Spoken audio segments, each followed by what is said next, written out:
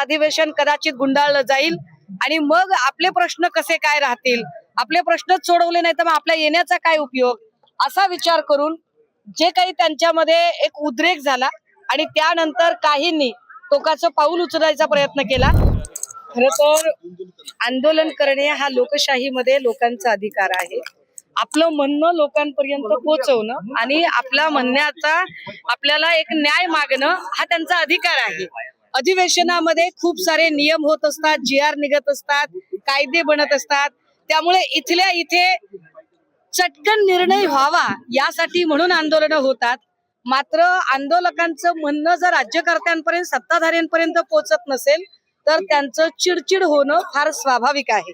पण यातून कुठलाही अनुचित प्रकार घडू नये, कारण आम्ही लोकांची माथी भडकावणारे लोक नाहीत.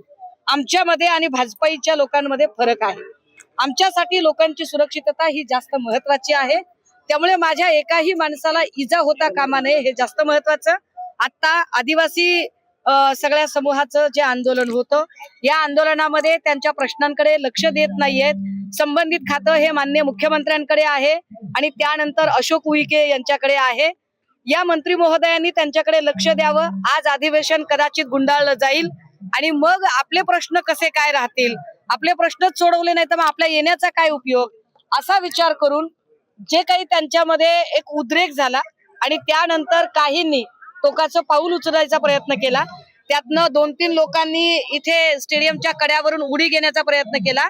पण हे घातक आहे, हे चुकीचं आहे आणि पोलीस सुद्धा माणूस आहे. पोलिसांच्या काही मर्यादा आहेत, त्या मला समजू शकतात.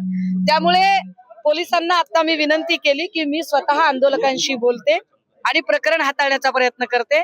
मला आनंद आहे की आदिवासी समुदायाच्या सगळ्या नेते प्रणेत्यांनी माझी ही भूमिका समजून घेतली.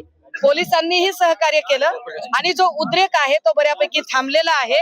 आता पोलीस अधिकाऱ्यांनी सांगितलंय की मंत्री सन्माननीय अशोक उईके यांच्यापर्यंत निरोप पोहोचवला जाईल, कारण मुख्यमंत्री कदाचित आता वाइंड अप होत आहे तर बऱ्याच गोष्टींमध्ये ते व्यस्त असतील. सो मी तीही व्यस्तता समजू शकते. पण अशोक उईके यांच्याशी आदिवासी समुदायातल्या 1-2 लोकांना सोबत घेऊन, जे महादेव कोळी समाजातले विशेषतः लोक आहेत यांना सोबत घेऊन मी स्वतः त्यांना भेटेन, बोलेन. पण माझी विनंती असेल अगदी आपल्या माध्यमातून सुद्धा, फक्त आदिवासी कोळी समुदायच नाही तर आंदोलन करणारा प्रत्येक पेंडॉल मधली माणसं, तुमचा उद्रेक, तुमचा संताप, तुमची चिडचिड मी समजू शकते. मात्र त्यासाठी स्वतःला आत्मघातकी निर्णय घेणं हे कदापि मान्य होणार नाही आणि अशा पद्धतीने कुणीही टोकाचं पाऊल उचलू नये.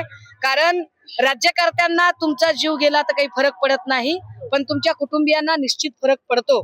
So please think about your family. तुम्ही तुमच्या कुटुंबियांचा विचार करणं हे जास्त महत्वाचं आहे. जान है तो जहान है आणि आपण लढत राहणार आहोत. आपण काही माघार घेतलेली नाही, आपण लढत राहणार आहोत. फक्त ते लढताना आपल्या कुटुंबाचा विचार आपण करणं जास्त गरजेचं आहे.